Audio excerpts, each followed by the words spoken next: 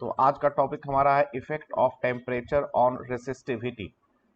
तो जब हम टेम्परेचर को चेंज करेंगे, इंक्रीज और डिक्रीज करें, तो किसी बॉडी का रेसिस्टिविटी जो हमने डिफाइन किया था लास्ट क्लास में किस तरह से चेंज करेगा वो देखेंगे। तो फर्स्ट हमारा है फॉर कंडक्टर के लिए। तो कंडक्टर के लिए देखो मैंने रेसिस्टिविटी का फॉर्मूला लिखा है एम। एम है mass of electron divide by n, number density of electron. E square tau, e है चार्ज ऑफ इलेक्ट्रॉन, टाउ क्या है रिलैक्सेशन टाइम। रिलैक्सेशन टाइम का क्या मीनिंग हुआ? इसका मीनिंग हुआ कि जो इलेक्ट्रॉन का कोलिजन हो रहा है, एक इलेक्ट्रॉन दूसरे से कोलिजन किया फिर तीसरे से कोलाइड किया, तो जो दो कोलिजन के बीच में जो टाइम इंटरवल है उसका average value, that is called relaxation time. अब देखो समझोगे, यदि मैं टेम्परेचर को इंक्रीज कर दूं, टेम्परेचर को इंक्रीज कर दूं, तो जो इलेक्ट्रॉन है उसका स्पीड बताओ इंक्रीज होगा या डिक्रीज होगा? टेम्परेचर को इंक्रीज कर दूं तो स्पीड क्या हो जाएगा? इंक्रीज होगा। स्पीड इंक्रीज होगा तो उस केस में क्या होगा कि जो कोलिजन है जल्दी जल्दी होगा। जब जल्दी जल्दी होगा तो जो टाइम इंटरवल है कोलिजन का वो डिक्रीज करेगा, और जब टाउ डिक्रीज करेगा तो देखोगे फॉर्मूला में रेसिस्टिविटी क्या होगा? इंक्रीज होगा। आई बात समझ में? तो मेटल कंडक्टर के केस में जब हम टेम्परेचर इंक्रीज करते हैं तो जो इलेक्ट्रॉन है उसका स्पीड इंक्रीज हो जाएगा। स्पीड इंक्रीज होने से जो इलेक्ट्रॉन इलेक्ट्रॉन में कोलिजन है उनके बीच का जो टाइम इंटरवल है वो टाइम डिक्रीज कर जाएगा। टाइम डिक्रीज करने से रिलैक्सेशन टाइम डिक्रीज करेगा, और यहाँ पे देखोगे फॉर्मूला इन्वर्सली प्रोपोर्शनल है। टाउ डिक्रीज किया तो रेसिस्टिविटी तुम्हारा इंक्रीज कर जाएगा। क्लियर? यहाँ पे ये हमारा फॉर्मूला है। तो रेसिस्टिविटी और टेम्परेचर में क्या फॉर्मूला है? यहाँ पे देखो temperature and resistivity and temperature में क्या रिलेशन है?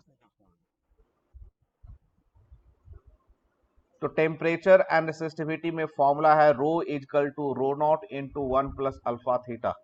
रो नॉट है रेसिस्टिविटी 0 डिग्री सेल्सियस पे, रो है resistivity at theta degree Celsius पे, अल्फा कांस्टेंट है that is called temperature coefficient of resistivity. ठीक है, क्लियर?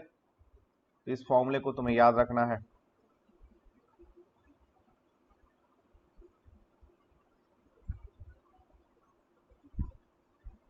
और जब टेम्परेचर थीटा 1 है तो रेसिस्टिविटी रो 1, टेम्परेचर थीटा 2 है तो रेसिस्टिविटी रो 2। इसे डिवाइड कर दोगे तो रो 2 बाई रो 1 इक्वल टू हो गया 1 plus alpha theta 2 divide by 1 plus alpha theta 1। तो क्रॉस मल्टीप्लीकेशन कर दोगे तो ये फॉर्मूला बनेगा।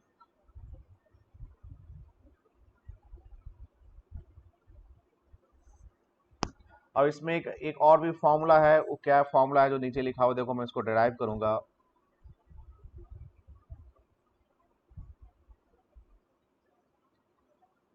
रो 2 को लिख सकता हूं मैं इस तरह से, रो 2 को मैं लिख सकता हूं रो 1 1 प्लस अल्फा थीटा 1 और 1 अल्फा थीटा 2, और 1 प्लस अल्फा थीटा 1 को ऊपर ले जाओगे तो इसको लिख सकते हैं 1 प्लस अल्फा थीटा 1 पे power minus. For alpha less than 1, alpha का वैल्यू 1 से काफी स्मॉल हो, 10 raise to minus 5, 10 raise to minus 6 हो, तो उस केस में बाइनोमियल एक्सपेंशन हो जाएगा। तो रो 2 इजकल टू हो जाएगा रो 1 1 प्लस अल्फा थीटा 2। और यहाँ पे जब अल्फा वेरी वेरी स्मॉल है तो अल्फा थीटा 1 1 से वेरी वेरी स्मॉल है, तो बाइनोमियल एक्सपेंशन में क्या होता है? पावर जो है सेकेंड वाले टर्म से मल्टीप्लाई हो जाएगा। यदि फर्स्ट टर्म तुम्हारा 1 हो, ये बन जाएगा 1 माइनस अल्फा थीटा 1। यहाँ पे देखो मैं लिखा देता हूँ, फॉर मॉड ऑफ एक्स 1 से वेरी वेरी स्मॉल हो 1 plus X raise to N, 1 plus N X हो जाता है। ये फॉर्मूला मैंने यहाँ पे यूज कर दिया, और इसे मल्टीप्लाई कर दो तो 1 इंटू 1 ये हो जाएगा alpha theta 2 minus alpha theta 1 minus alpha square theta 1 theta 2। Alpha very small है तो अल्फा स्क्वायर और भी स्मॉल है, निगलेक्ट हो गया। तो हमारा फाइनल एक्सप्रेशन क्या बना? फाइनल एक्सप्रेशन बन गया rho two equal to rho one 1 plus alpha theta two minus theta one, और theta two minus theta one को हम लिखेंगे डेल थीटा। हमारा फॉर्मूला ये बन गया फाइनल।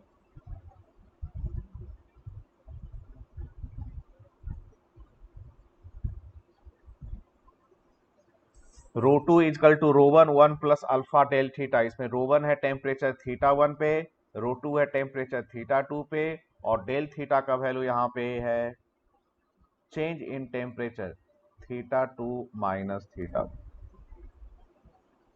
और रेसिस्टेंस जो है रेसिस्टिविटी के प्रोपोर्शनल होता है, तो रेसिस्टेंस का भी फॉर्मूला उसी टाइप का बन जाएगा, R equal to R not 1 plus alpha theta. यहाँ पे आर नॉट क्या हो गया? आर नॉट हो गया रेसिस्टेंस एट 0 डिग्री सेल्सियस।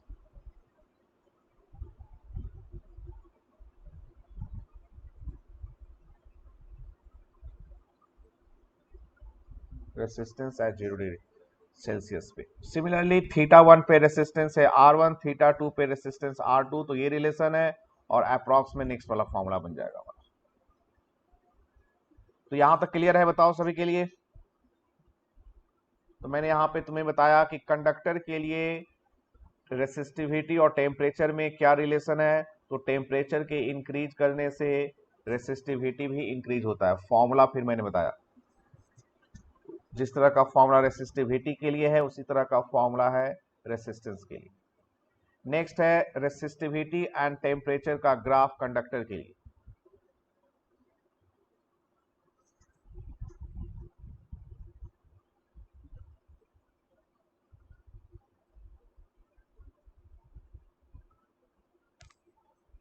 तो रेसिस्टिविटी वर्सेस टेम्परेचर, तो यहाँ पे देखो रो और थीटा में रिलेशन सबसे पहले मैंने क्या लिखा था, देखो यहाँ पे जो मैंने ग्रीन से ब्लॉक कर रखा है, रो और थीटा का ग्राफ कैसा होगा। तो रो पे भी पावर 1 है, थीटा पे भी पावर 1 है, तो स्ट्रेट लाइन हो जाएगा। इसको देखो मैं यहाँ पे लिख देता हूँ फिर से। रो का फॉर्मूला है rho naught into 1 plus alpha theta. तो इसको लिख सकते हो rho equal to rho naught plus rho naught alpha theta. तो रो और थीटा पे पावर 1 है, तो ग्राफ कैसा होगा? Straight line. ये कांस्टेंट है, इस कांस्टेंट का मतलब है कि ये जो कट करेगा स्ट्रेट लाइन वाई एक्सिस को ऊपर कट करेगा, और ये होता है स्लोप, ये भी पॉजिटिव है। इसका मतलब कि एक्स एक्सिस के साथ जो एंगल बनाएगा वो 90 से स्मॉल। ये एंगल देखो 90 से स्मॉल। तो ग्राफ होगा स्ट्रेट लाइन और वाई एक्सिस को कट करेगा, ओरिजिन से पास नहीं करेगा। क्लियर है ये सभी के लिए?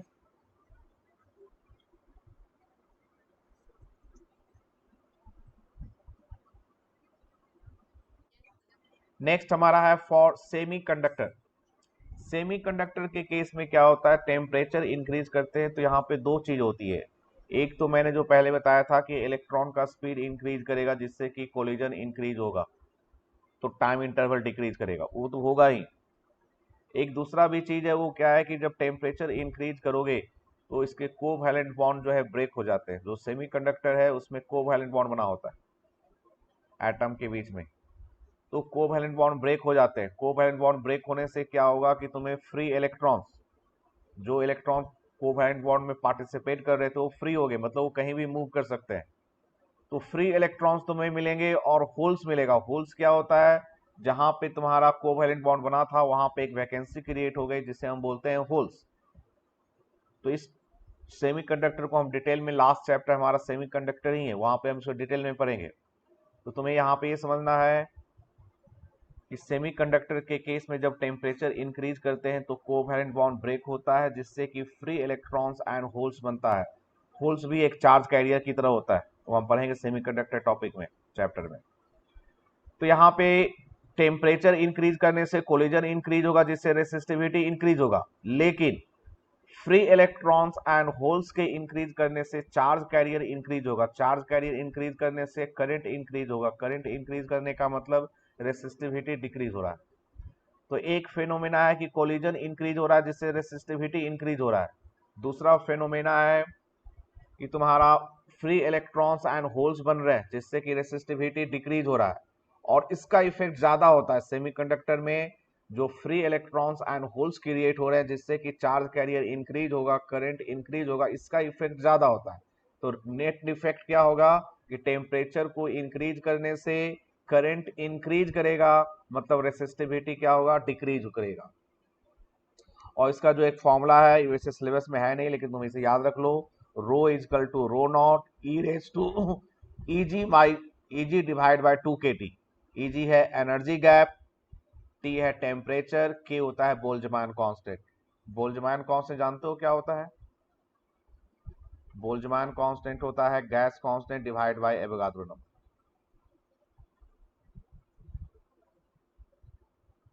के equal to r divide by Avogadro number, called Boltzmann constant. इसका ग्राफ बनाएंगे तो देखो कैसा बनेगा।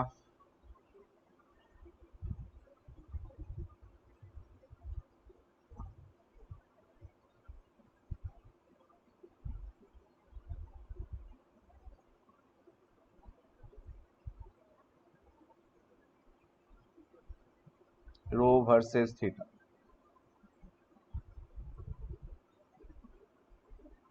हमारे पास फॉर्मूला क्या है? फॉर्मूला हमारा है rho equal to rho naught e raise to e g by 2 kT। T का वैल्यू 0 पुट कर दो तो ई रेज टू इन्फिनिटी हो जाएगा, ई रेज टू इन्फिनिटी पूरा इन्फिनिटी, तो रो का वैल्यू हो गया इन्फिनिटी। टेम्परेचर का वैल्यू देखो फॉर्मूले से भी पता चल रहा है, इंक्रीज करोगे तो जो पावर का टर्म है डिक्रीज होगा, तो ओवरऑल सारा कुछ डिक्रीज कर जाएगा। तो टेम्परेचर के इंक्रीज करने से रेसिस्टिविटी डिक्रीज करेगा, और इसका फाइनल वैल्यू इन्फिनिटी पुट कर दो तो ईजी बाई इन्फिनिटी करोगे तो 0 हो जाएगा, ई रेज टू 0 1 होता है, तो रो का वैल्यू क्या हो जाएगा, रो नॉट। तो जब टेम्परेचर 0 है तो रेसिस्टिविटी है इन्फिनिटी, टेम्परेचर के इंक्रीज करने से रेसिस्टिविटी डिक्रीज करेगा, और फाइनली जाके क्या बन जाएगा, रो नॉट।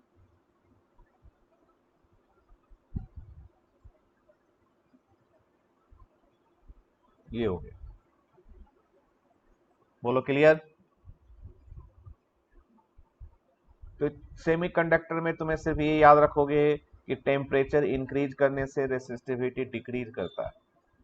और यहाँ पे दो चीजें होती है, इलेक्ट्रॉन जो है उसका स्पीड तो इंक्रीज होगा, कोलिजन तो इंक्रीज होगा जिससे रेसिस्टिविटी बढ़ना चाहिए था, लेकिन एक और भी चीज होता है और उसका इफेक्ट ज्यादा है। वो क्या है कि कोवैलेंट बॉन्ड ब्रेक होने लगते हैं जिससे कि फ्री इलेक्ट्रॉन्स एंड होल्स बनते हैं, चार्ज कैरियर इंक्रीज करता है, करंट इंक्रीज कर रहा है, इंक्रीज करता है तो मतलब रेसिस्टिविटी डिक्रीज कर रहा है, और इसका इफेक्ट ज्यादा है। तो फाइनल इफेक्ट ये है कि टेम्परेचर इंक्रीज करने से रेसिस्टिविटी क्या होगा, डिक्रीज होगा। बोलो क्लियर।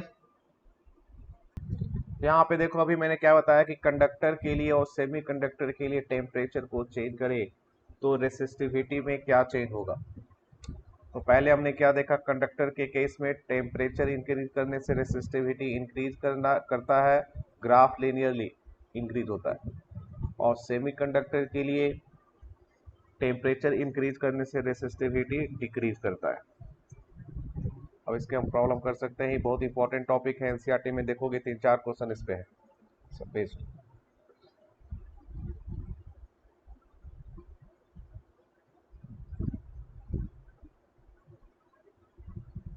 तो इसमें प्रॉब्लम कर सकते हो, नंबर 5 करो जरा, and number 7, number 5 and number 7।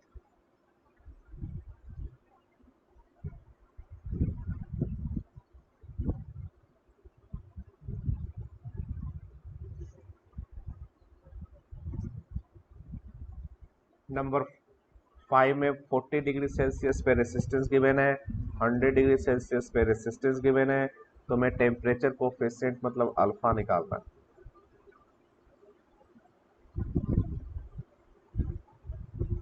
तो इसमें θ1 R1 गिवन है, θ2 R2 गिवन है, तुम्हें निकालना है अल्फा। तो इसमें देखो ऑप्शन को देखोगे तो इसमें 10⁻⁻5 वाला ऑप्शन कोई भी नहीं है, तो हम अप्रोक्सीमेट वाला नहीं बल्कि एग्जैक्ट वाला फॉर्मूला लगाएंगे, और एग्जैक्ट वाला फॉर्मूला हमारा है ये R2 इक्वल टू, एग्जैक्ट वाला फॉर्मूला हमारा है R2 equal to R1 1 plus alpha θ2 divide by, तो इसमें R1 R2 θ1 θ2 का वैल्यू पुट कर दो, तुम्हें अल्फा का वैल्यू मिल जाएगा।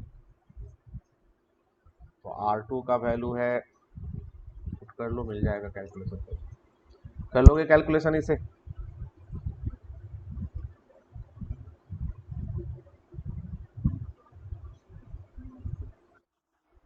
और नंबर 7 देखो, नंबर 7 भी सेम फॉर्मूले से बन जाएगा। तुम्हें देखना है कि अल्फा का वैल्यू यदि 10⁻⁻5 या -6 हो तब दूसरा वाला जो सिंपल वाला फॉर्मूला यूज करना है, वरना ये बेसिक फॉर्मूला ही यूज करोगे यदि θ1 और θ2 पे दिया हुआ है। तो वैसे यहाँ पे तो टेम्परेचर 0 डिग्री है। At what temperature resistance of copper wire become 3 times its value at 0 degree Celsius. इसका मतलब क्या हुआ, इस प्रॉब्लम में क्या कर रहा है कि R का वैल्यू जो है वो 3R0 है, तो हमें क्या निकालना है, टेम्परेचर। तो R एक 0 डिग्री है तो हमारे पास एक ही फॉर्मूला है, कौन सा फॉर्मूला है, R equal to R0 into 1 plus alpha theta. इसमें R का वैल्यू पुट कर दो 3R0, ये हो गया R0 1 plus alpha theta. Alpha का वैल्यू पुट कर दोगे, थीटा तुम्हें मिल जाएगा। क्लियर, क्लियर है ना ये।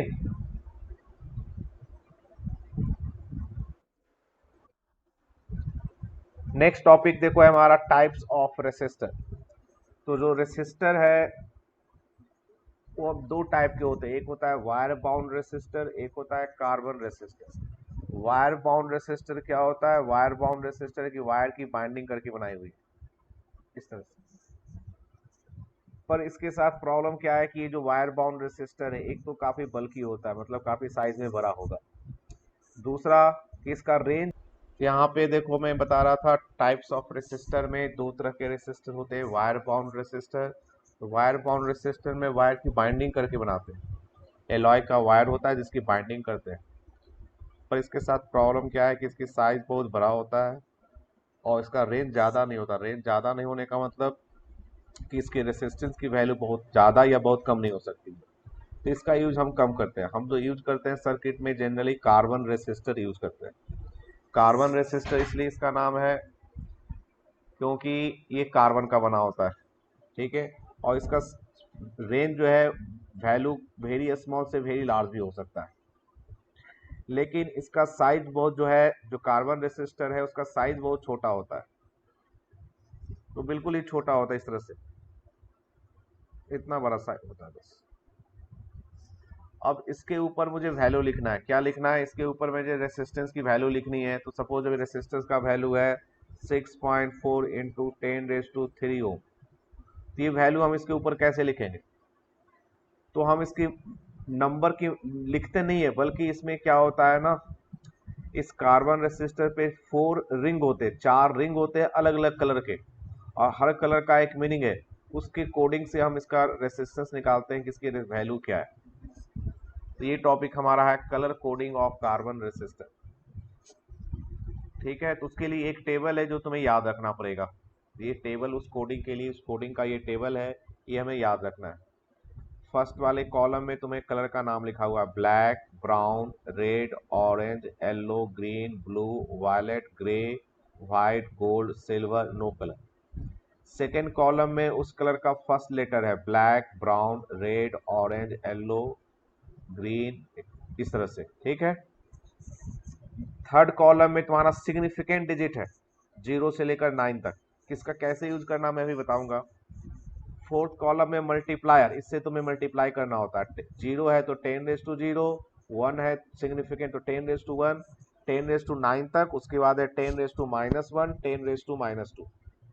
और लास्ट कॉलम में percentage of accuracy, last 3 column में 5%, 10%, 20%।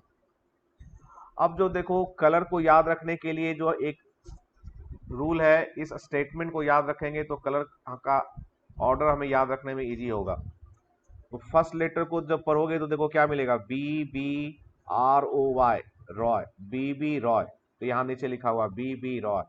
Of GB great Britain, has very, V से very good wife, wearing gold silver necklace. इस तरह से कलर का ऑर्डर तुम्हें याद रखना है कि कौन कलर पहले है कौन कलर बाद में है। तो उसके लिए ये जो लाइन है ये तुम्हें याद रखनी है। ये जो एक स्टेटमेंट है, इस स्टेटमेंट का यूज करके हम कलर का ऑर्डर अरेंजमेंट याद रख सकते हैं कि कौन ऊपर है कौन नीचे। अब कैसे बनाएंगे देखो, इस टेबल का यूज कैसे करेंगे तो मैं बता दूं।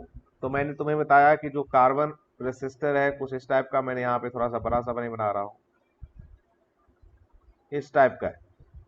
और इस पे 4 रिंग होंगे डिफरेंट कलर के, ठीक है, डिफरेंट कलर के इसके पास 4 रिंग होंगे। जैसे यहाँ पे मैं बना दूं इस तरह से,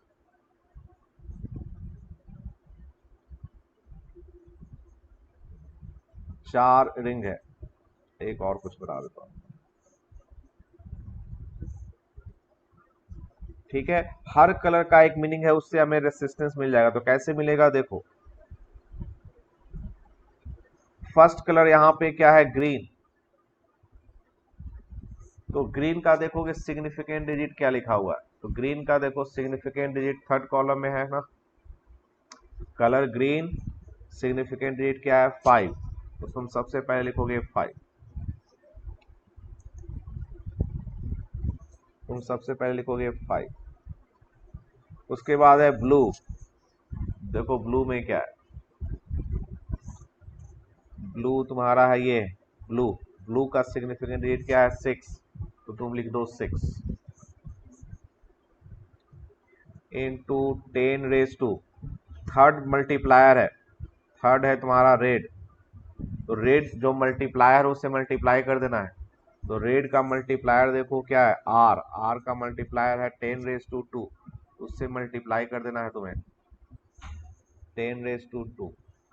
फोर्थ जो है वो परसेंटेज ऑफ एक्यूरेसी बताएगा, प्लस माइनस लिखना है। और लास्ट वाला है गोल्ड, तो गोल्ड का परसेंटेज क्या है 5%। ये हमारा हो गया ओम। इसका मतलब उसका रेसिस्टेंस 56 इंटू 100, 5600 ओम है। प्लस माइनस 5% का मतलब इसकी वैल्यू उससे 5% ज्यादा या 5% कम हो सकती है। एक्यूरेट मेजरमेंट या एक्यूरेट हम कोई भी डिवाइस बना नहीं सकते, कुछ तो एरर होगा ही। तो जो 4 रिंग है फर्स्ट सेकेंड थर्ड फोर्थ, उसमें फर्स्ट 2 रिंग का जो कलर है उसका जो वैल्यू है उस सिग्निफिकेंट डिजिट बताएगा, उस डिजिट को सीधे लिख लेना, पहला फिर दूसरा, फिर थर्ड वाले रिंग का जो मल्टीप्लायर है उससे मल्टीप्लाई कर देना है। और फोर्थ वाले रिंग के कलर से तुम्हें मिलेगा परसेंटेज ऑफ एक्यूरेसी। बोलो समझ में आया ये?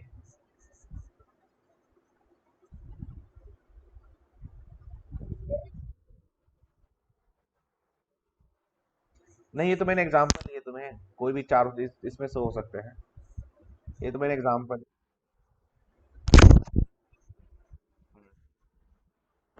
नहीं, इसका मतलब है कि चौथा कलर जो है ना सिर्फ गोल्ड सिल्वर ही हो सकता है या नो कलर होगा, फोर्थ कलर ब्लैक ब्राउन नहीं होगा।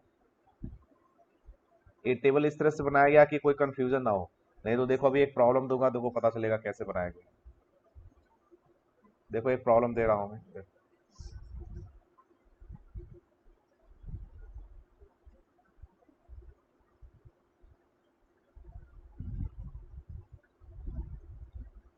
एक carbon resistor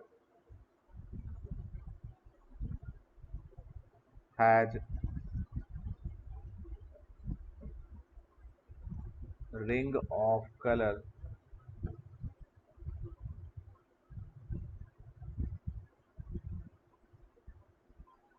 red, orange, blue and silver. Find its resistance.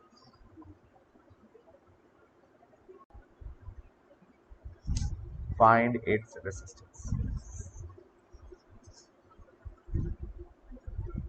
इस टेबल के यूज करके देखो बना डालो।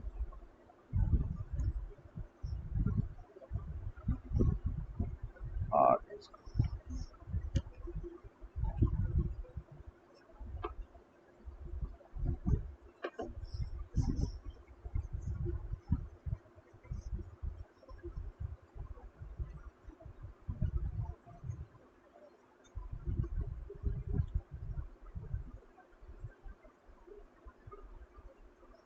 इसमें फर्स्ट कलर कौन है? रेड। तो रेड का सिग्निफिकेंट डिजिट है 2। सबसे पहले 2 लिखेंगे। उसके बाद है हमारा ऑरेंज। ऑरेंज का सिग्निफिकेंट डिजिट है 3। 3 लिखेंगे इनटू ब्लू। ब्लू का तुम्हारा मल्टीप्लायर क्या है? 10⁻6। 10⁻6 लिखेंगे। Plus minus silver. सिल्वर का 10%।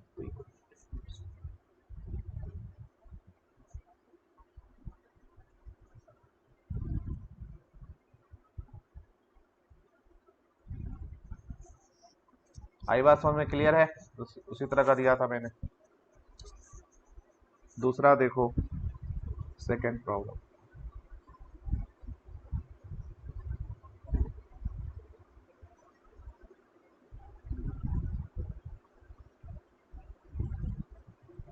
a carbon resistor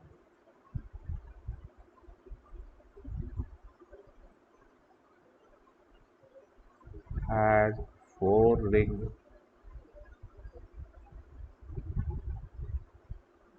of color gold,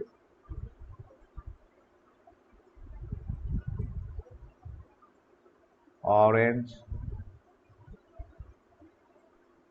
blue and yellow.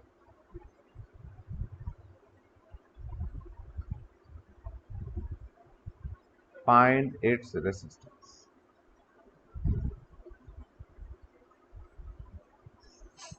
ये निकाल।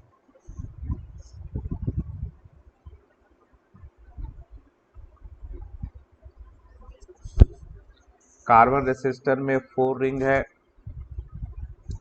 जिसका कलर है gold, orange, blue and yellow. तो इसका तुम्हें रेसिस्टेंस फाइंड करना है।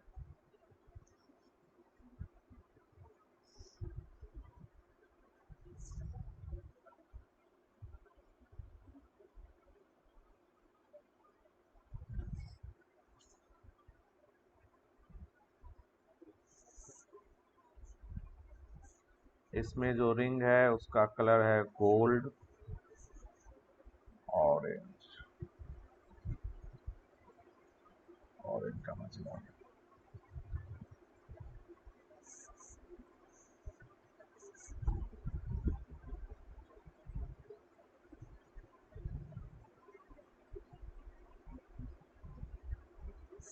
ये गोल्ड ये था।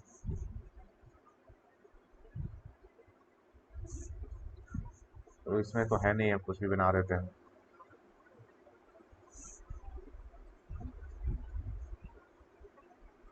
सेकेंड है तुम्हारा ऑरेंज, फिर है तुम्हारा ब्लू, उसके बाद है येलो। तो रेसिस्टेंस का वैल्यू बताओ क्या आया? हाँ,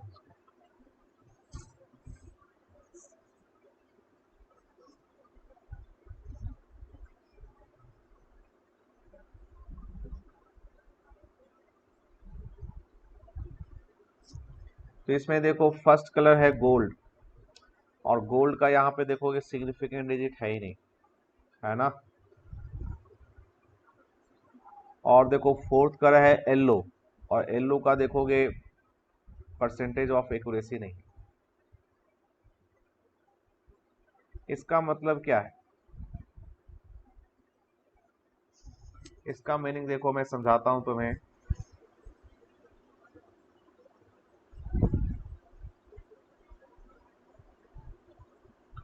फोर रिंग में फिर से बना रहा हूं,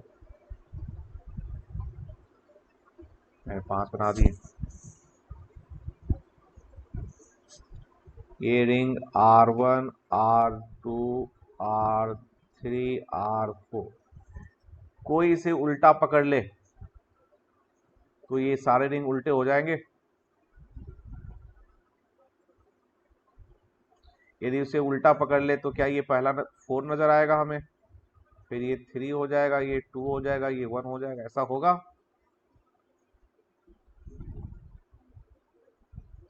बोलो यस और नो। उसी तरह से यहाँ पे जिसने इस रिंग को, जिसने ये बताया कि इसके ये कलर है, उसने उसे उल्टा पकड़ कर देख लिया है। इसका मतलब ये हुआ। तो इस प्रॉब्लम में तुम्हारा जो गोल्ड है वो फर्स्ट कलर नहीं है, वो फोर्थ कलर है। ये फोर्थ है, ये थर्ड है, ये सेकंड है, और ये फर्स्ट है। तो टेबल इस तरह से बना हुआ है कि तुम यदि रेसिस्टर को उल्टा पकड़ लोगे तो पता चल जाएगा कि तुमने उल्टा पकड़ रखा है। नहीं तो कैसे पता चलेगा कि पहला कौन है चौथा कौन है? उसमें लिखा तो रहता नहीं है कि ये फर्स्ट रिंग है, ये सेकंड रिंग है। तो ये टेबल इस तरह से बना हुआ है कि तुम्हें पता चल जाएगा कि फर्स्ट कौन है, फर्स्ट फोर्थ क्यों है। क्योंकि देखोगे थर्ड कॉलम में जो कि फर्स्ट कलर होगा सिग्निफिकेंट डिजिट, वो फोर्थ नहीं हो सकता, फोर्थ की वैल्यू नहीं है उसमें। और जो फोर्थ कलर की वैल्यू है, फोर्थ रिंग की वैल्यू है, वो फर्स्ट नहीं है। तो इस तरह से तुम्हें पता चल जाएगा कि कौन फर्स्ट कलर है, कौन फोर्थ कलर है। तो देखो यहाँ पे सबसे पहले क्या मिल गया हमें, येलो। तो येलो का सिग्निफिकेंट डिजिट क्या हो गया, 4। उसके बाद क्या मिला, ब्लू। ब्लू का 6 है ना, 6 इनटू ऑरेंज। ऑरेंज के लिए 10⁻³ और गोल्ड का हो गया 5%। ये हमारा ठीक है, क्लियर। और इस टेबल में और भी कुछ चीजें हैं, जैसे देखो बी बी, दो दो और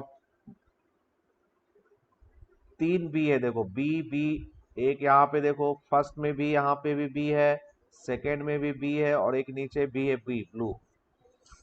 तो ये कैसे पता चलेगा कि ब्लैक, ब्राउन और ब्लू में कौन किधर है? उसी तरह से देखो जी जो है 2 बार आएगा, एक है ग्रीन में और एक है ग्रे में, और एक गोल्ड भी है। तो गोल्ड तो देखो गोल्ड है, उसमें तो कोई कंफ्यूजन नहीं है। लेकिन जब इस स्टेटमेंट को याद रखोगे तो इसमें जी 2 बार आएंगे, ग्रेट में जी आएगा और गुड में जी आएगा। तो ये कैसे पता चलेगा कि कौन सा ग्रीन है, कौन सा ग्रे है? तो उसका मेथड क्या याद रखने का है कि ग्रीन एंड ग्रे कलर में वो तो ज्यादा डार्क कौन होता है, डार्क कलर कौन सा है, ग्रीन। तो ग्रीन पहले आएगा, ग्रे बाद में। उसी तरह से ब्लैक एंड ब्राउन में ब्लैक ज्यादा डार्क होता है, तो सबसे पहले ब्लैक ब्लैक, फिर ब्राउन और थर्ड ब्लू। इस तरह से तुम इसे याद रखोगे, नहीं तो कंफ्यूज कर जाओगे कि 3 बी है तो इसमें कौन ब्लू है, कौन ब्लैक है, कौन ब्राउन है। तो डार्क वाले को ऊपर रखना है, तुम्हें ये याद रखना है। तो बी के केस में ब्लैक, उसी की तरह का ब्राउन, और थर्ड हो जाएगा ब्लू। और जी वाले में एक तो गोल्ड ही है, और ग्रीन और ग्रे में ग्रीन, ग्रीन ज्यादा डार्क हुआ, ग्रे कम डार्क हुआ। बाकी के, बाकी कहीं पे कंफ्यूजन नहीं होगा।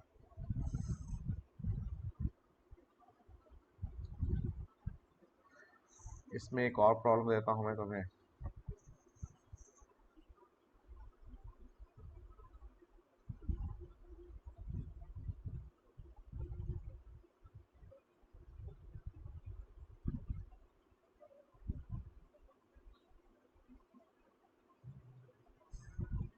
A carbon resistor has resistance, इसमें रेसिस्टेंस का वैल्यू ही गिवन है, R equal to 2.4 into 10⁻² plus minus 5%।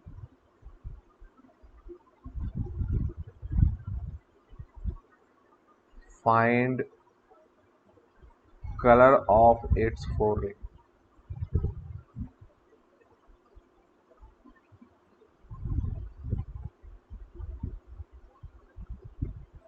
Find colour of its four ring.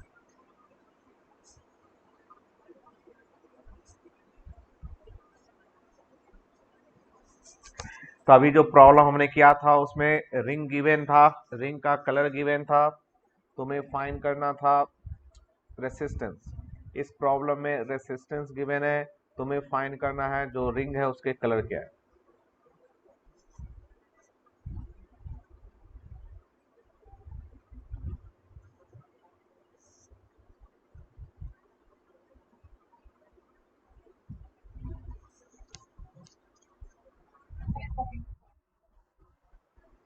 Red yellow red gold. इसमें देखो एक चीज तुम्हें थोड़ा चेंज करना पड़ेगा। क्या चेंज करना पड़ेगा? मैंने जो देखो प्रॉब्लम बताया उसमें कहीं डेसिमल पॉइंट नहीं था, तो तुम्हें डेसिमल पॉइंट को हटाना पड़ेगा, तो इसके थोड़ा अरेंज करना पड़ेगा। इसी वैल्यू को क्या मैं ऐसे लिख सकता हूँ 24 × 10⁻⁴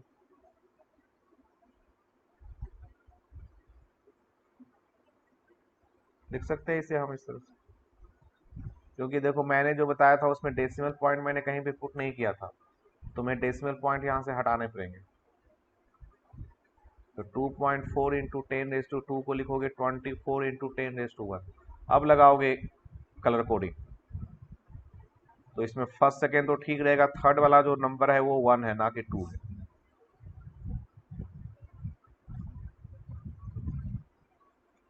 आई बात समझ में?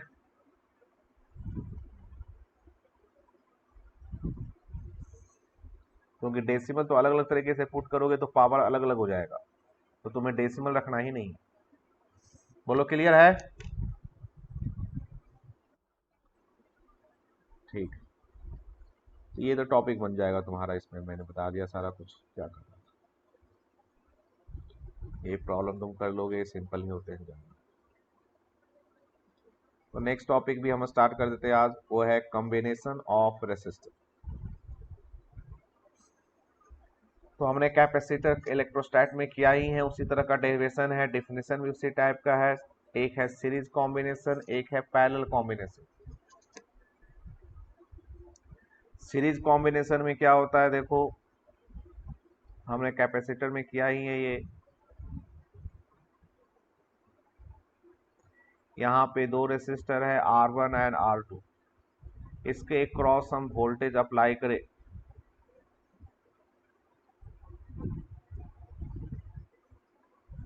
तो करंट फ्लो करेगा ए से बी की तरफ, और करंट फ्लो होने का एक ही पाथ है ए से बी के। तो इस पाथ में जो भी रेसिस्टेंस है उसे क्या कहेंगे हम? सीरीज में। और सीरीज में करंट की वैल्यू क्या होती है? से। और करंट फ्लो करता है हाइयर पोटेंशियल से लोअर पोटेंशियल की तरफ। तो जब R1 से पास करेगा, इसका मतलब इस पॉइंट का नाम मैं देखो P रख दूं, तो A से P जाएगा तो पोटेंशियल डिक्रीज होगा, क्योंकि करंट फ्लो करता हाइयर से लोअर। करंट A से P जा रहा है, इसका मतलब A का पोटेंशियल ज़्यादा है, P का पोटेंशियल कम है। तो A से P गए तो पोटेंशियल डिक्रीज हुआ, फिर P से B गए फिर पोटेंशियल डिक्रीज हुआ। तो टोटल डिक्रीज कितना हुआ? तो फर्स्ट में डिक्रीज हुआ V1, सेकेंड में डिक्रीज हुआ V2, तो टोटल डिक्रीज कितना हुआ? V1 plus V2। बोलो क्लियर है? तो जो हमने कैपेसिटर में किया था थ्योरी वही है, फॉर्मूला उल्टा हो जाएगा। तो सीरीज कॉम्बिनेशन में तुम्हारा करंट सेम करंट फ्लो करेगा। डेफिनेशन क्या है? दो पॉइंट के बीच में करंट फ्लो होने का एक ही पाथ हो, तो ए से बी करंट फ्लो कर रहा है, एक ही पाथ है, तो उस पाथ में जो भी रेसिस्टेंस है दैट आर इन सीरीज, और सभी के क्रॉस पोटेंशियल डिक्रीज करेगा। तो जो टोटल डिक्रीज होगा वो कितना होगा? इस रेसिस्टर के क्रॉस जो डिक्रीज हुआ उसके सम के इक्वल। आई बात समझ में? यहाँ पे हमने वोल्टेज अप्लाई किया है V, तो V इजकल टू हो जाएगा V1 प्लस V2, और V1 इजकल टू हो जाएगा IR1, V2 हो जाएगा IR2, I कॉमन ले लेंगे। इक्विवेलेंट रेसिस्टेंस का डिफिनेशन क्या है? कि एक अकेला रेसिस्टर हो, उसके क्रॉस सेम वोल्टेज हम अप्लाई करें,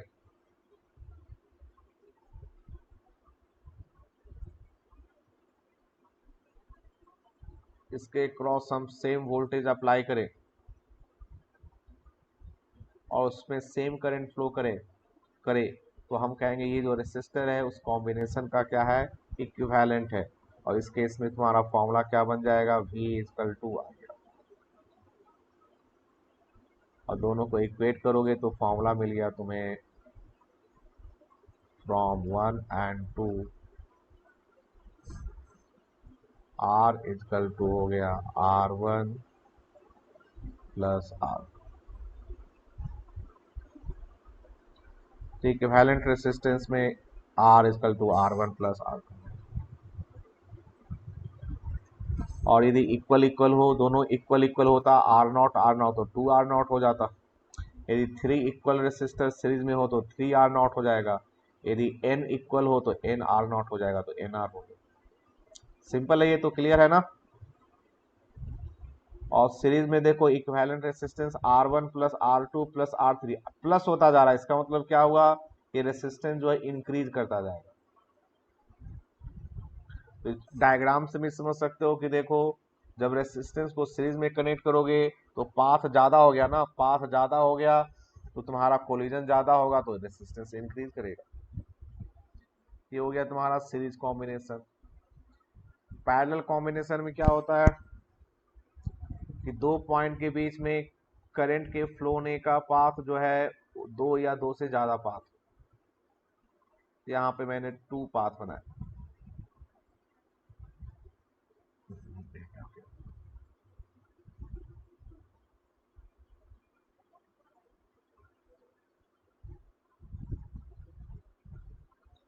तो यहाँ पे R1 R2 दो रेसिस्टर है। हमने इसके दोनों एंड के क्रॉस जब वोल्टेज अप्लाई किया तो करंट A से B की तरफ जो फ्लो करेगा तो उसे दो पाथ मिले। एक पाथ मिला ये I1, दूसरा पाथ ये इससे करंट फ्लो किया I2। तो A एंड B से करंट के फ्लो होने का टू पाथ, जब पाथ 2 और मोर देन 2 पाथ हो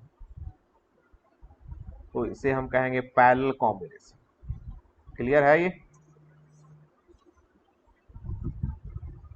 और पैरेलल में मैंने कैपेसिटर के केस में बताया था कि तुम्हें कभी भी सर्किट से फिगर देख के पता नहीं चलेगा, बल्कि पैरेलल में क्या होता है, पोटेंशियल डिफरेंस सेम होता है। तो देखो यहाँ पे ये R1 है ना, R1 का एक एंड A से कनेक्टेड है, दूसरा एंड B से कनेक्टेड है।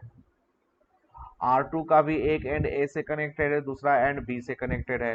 तो दोनों के क्रॉस वोल्टेज क्या है, सेम। तो टोटल करंट फ्लो कर रहा है I, एक तरफ चला गया I1, दूसरे तरफ I2, तो I इक्वल टू क्या हो जाएगा, I1 प्लस I2। और I equal to V by R होता है, तो I1 हो गया V बाई R1, I2 हो गया V बाई R2, कॉमन ले लिया V। उसके बाद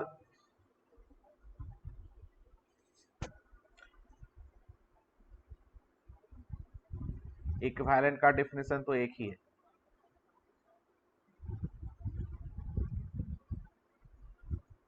कि एक सिंगल रेसिस्टर के क्रॉस सेम वोल्टेज अप्लाई करे तो सेम करंट फ्लो हो। यहाँ पे I इक्वल टू क्या बन जाएगा, V by R from 1 and 2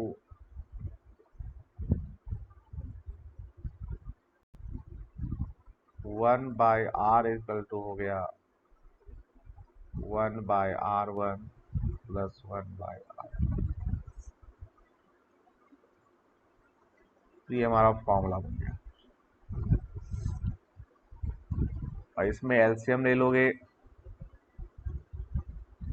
तो R इक्वल टू हो जाएगा R1 R2 divide by R1 plus R।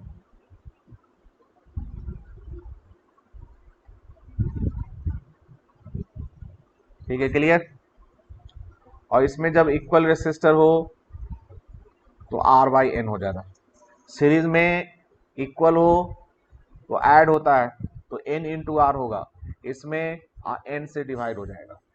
यदि दो इक्वल रेसिस्टर पैरेलल में कनेक्ट कर दोगे तो R बाई 2, तीन इक्वल पैरेलल में कर दोगे तो R बाई 3 हो जाएगा।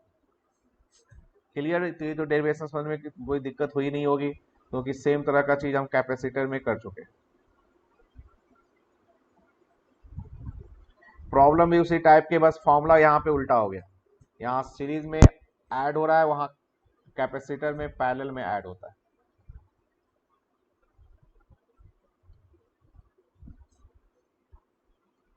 तो कुछ प्रॉब्लम कर डालो। नंबर 2 करो।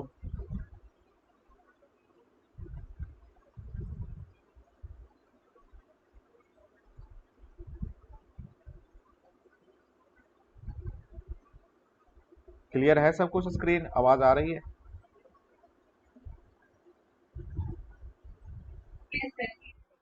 ठीक है, करो। नंबर 2 करो, नंबर 3, नंबर 4।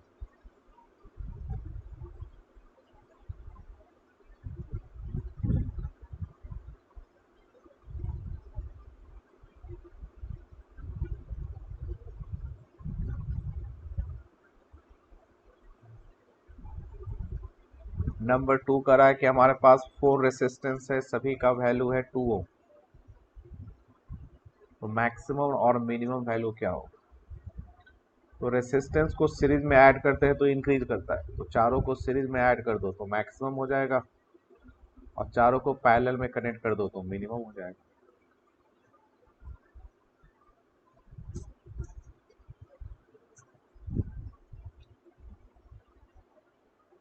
आर मैक्स का वैल्यू हो जाएगा N R,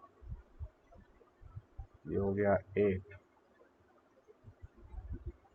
are minimum, R D आ गया ना, 2/4 या। ठीक। नंबर 3।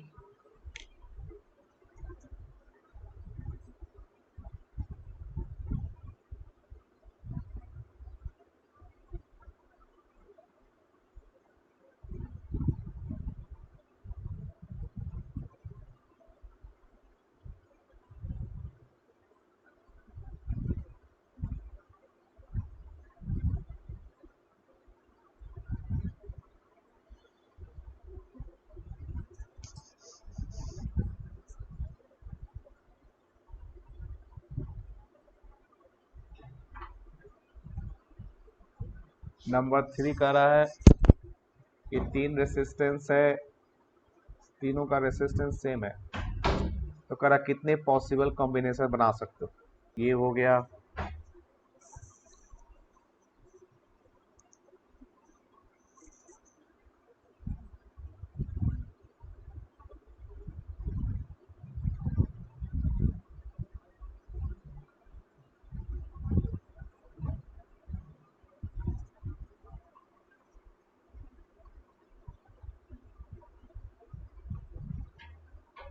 एक ये हो गया तुम्हारा,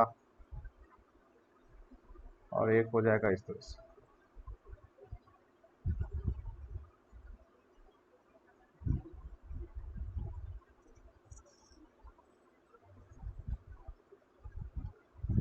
ये 4 बनेंगे तुम्हारे। यदि 3 इक्वल रेसिस्टर हो तो 4 तरह के कॉम्बिनेशन बना सकते हो। एक है तीनों सीरीज, एक है तीनों पैरेलल, एक है 2 पैरेलल फिर सीरीज, और एक है 2 सीरीज फिर पैरेलल। ठीक है, क्लियर?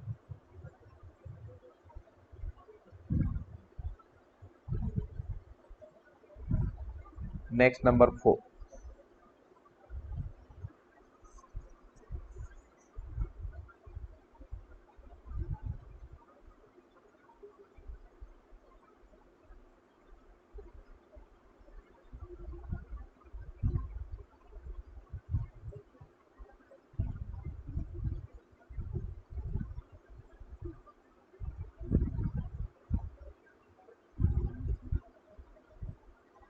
नंबर 4 करो।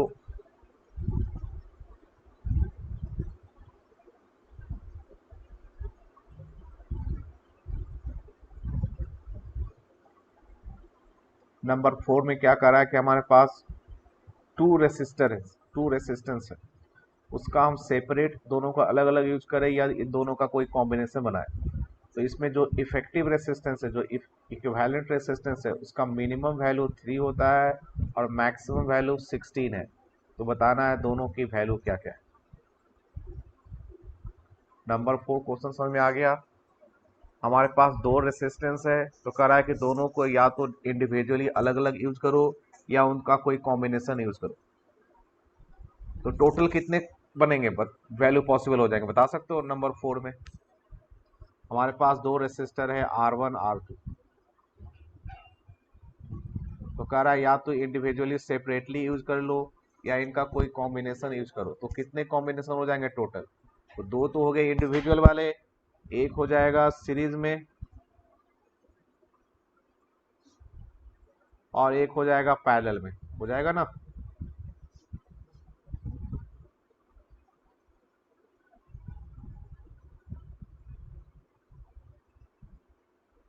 तो कह रहा है कि इन चारों में से जो इक्विवेलेंट रेसिस्टेंस है उसमें जो मिनिमम वैल्यू है वो 3 है और मैक्सिमम वैल्यू क्या है?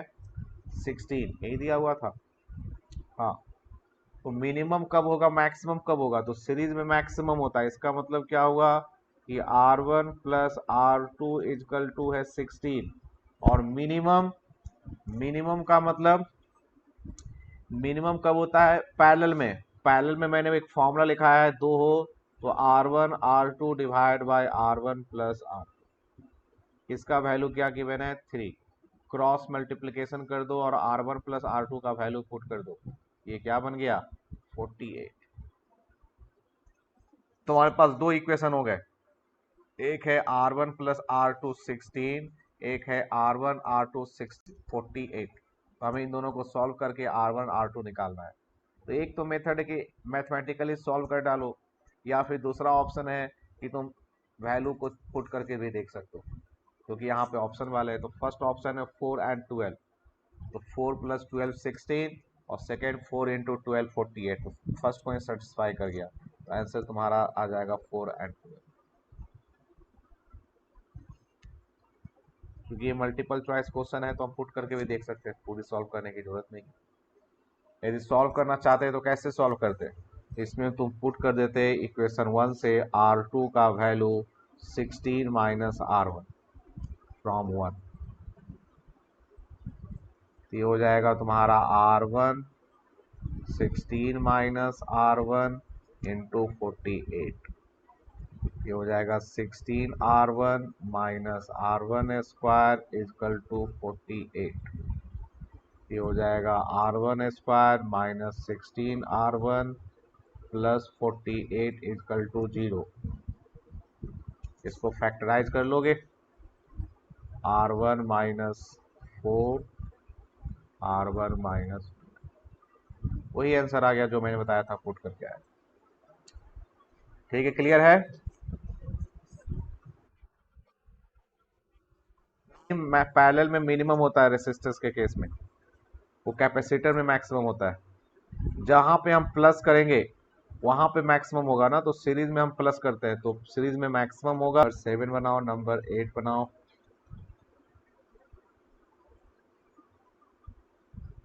नंबर 9, ये तीन का टर्म।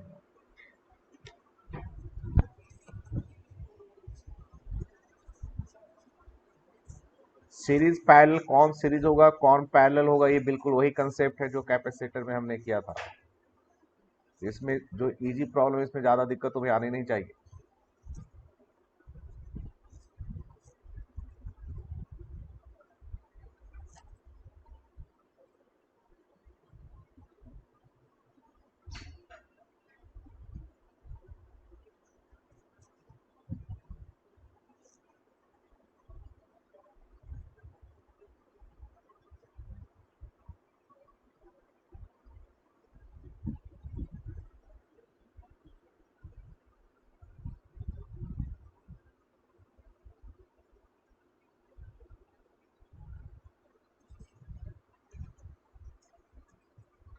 नंबर 7 क्या कर रहा है कि एक वायर है जिसका रेसिस्टेंस है 12,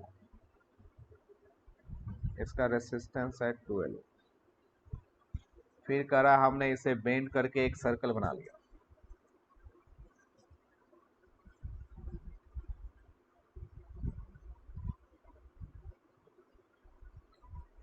हमने एक सर्कल बना लिया।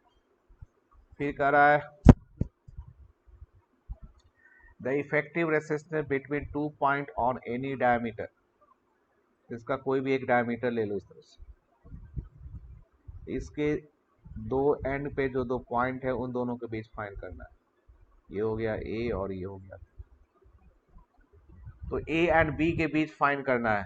तो इन दोनों से जब वायर इस तरह से लगा दोगे करंट फ्लो कराने के लिए, तो यहाँ से करंट फ्लो होने के दो पाथ हो गए ना, एक ये पाथ हो गया, एक ये पाथ हो गया।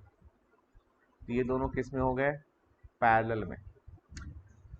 जो रेसिस्टेंस है उसका फॉर्मूला होता है रो इंटू एल बाई ए, ये लेंथ के प्रोपोर्शनल होता है। तो ऊपर वाला भी हाफ सर्कल है, नीचे वाला भी हाफ सर्कल है, तो दोनों का लेंथ सेम, तो दोनों का रेसिस्टेंस सेम, और टोटल रेसिस्टेंस है 12 ओम। ये हो गया 6 ओम, और ये भी क्या हो गया 6 ओम। 6 ओम 6 ओम पैरेलल, तो इक्विवेलेंट कितना हो जाएगा, 6/2 कर दूंगा मैं सिंपल, तो आंसर क्या हो गया।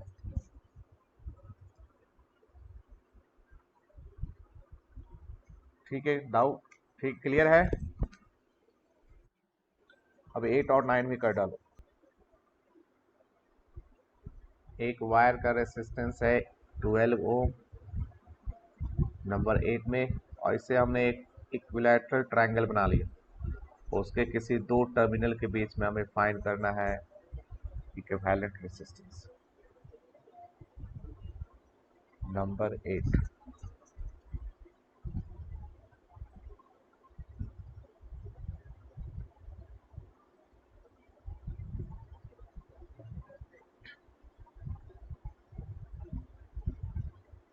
तो एक वायर है जिसका रेसिस्टेंस है 12 ओम, हमने एक इक्विलैटरल ट्रायंगल इससे बना दिया,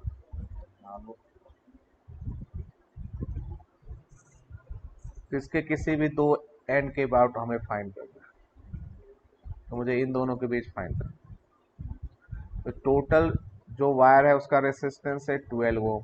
इसे हमने 3 पार्ट में डिवाइड कर दिया, 3 साइड हो गया ना इक्विलैटरल ट्रायंगल, इक्वल इक्वल, तो तीनों साइड का रेसिस्टेंस इंडिविजुअली कितना हो जाएगा, 4 ओम 4 ओम 4 ओम।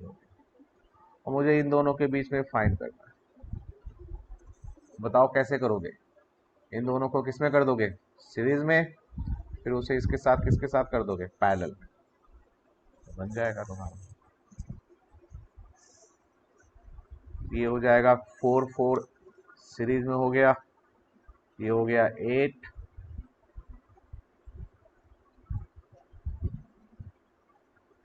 और ये 4। तो आर का वैल्यू क्या हो गया पैरेलल में, तो दोनों को मल्टीप्लाई करो, डिवाइड बाय दोनों को ऐड करो, 32/12, ये हो गया 8/3। ठीक है, क्लियर, क्लियर है। अब एक प्रॉब्लम और बचा हुआ था, नंबर 9।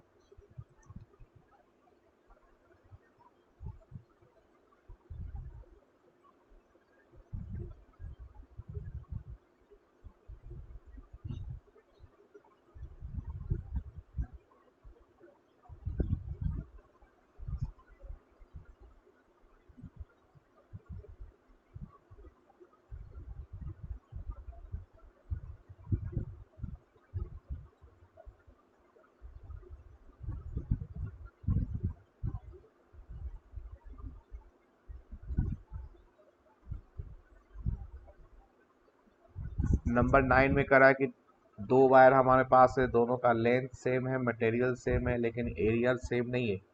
एरिया का रेशियो गिवन है 3:1। दोनों को सीरीज में कनेक्ट कर दिया।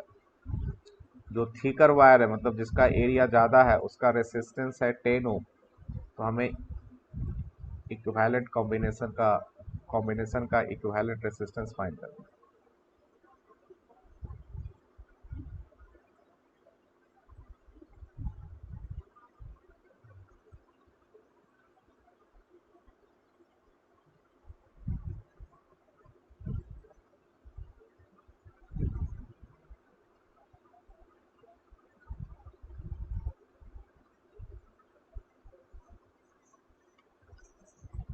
तो रेसिस्टेंस और अब एरिया में क्या रिलेशन होता है, देखो नीचे ही लिखा हुआ है फॉर्मूला, रेसिस्टेंस एरिया के इनवर्सली प्रोपोर्शनल होता है। तो पहला वायर थिक है और थिक वायर का रेसिस्टेंस कितना है, 10 है ना। हाँ, ये नंबर है 9, नंबर।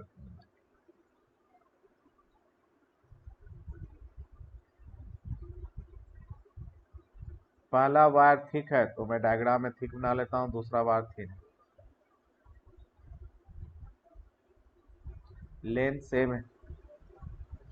थिक वायर का रेसिस्टेंस है 10 ओम और रेसिस्टेंस का फॉर्मूला होता है रो इनटू एल बाई ए, ये एरिया के इनवर्सली प्रोपोर्शनल। एरिया का रेशियो दिया हुआ है 3:1, तो रेसिस्टेंस का रेशियो क्या हो जाएगा, 1:3 हो जाएगा।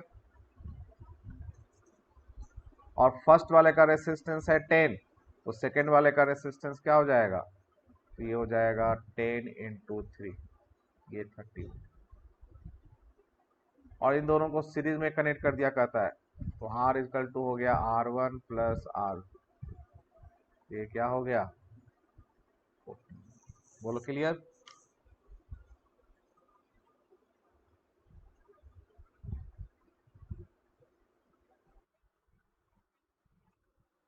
वीडियो में कुछ आया ही नहीं आ रहा है कुछ।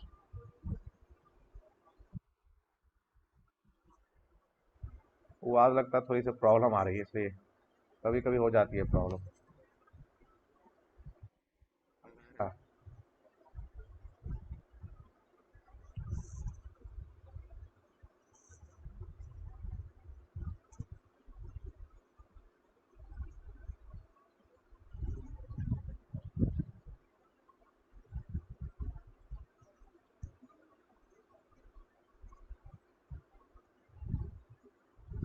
तो इसमें फर्स्ट वायर और second wire, first wire thick है और उसका रेसिस्टेंस 10 ओम गिवन है, और रेसिस्टेंस का फॉर्मूला होता है रो इनटू एल बाई ए, तो एरिया के इनवर्सली प्रोपोर्शनल।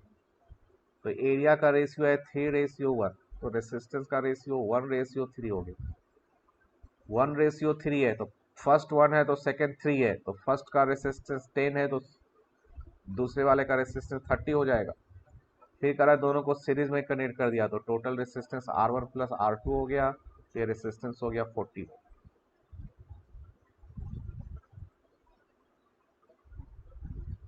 ठीक है, क्लियर।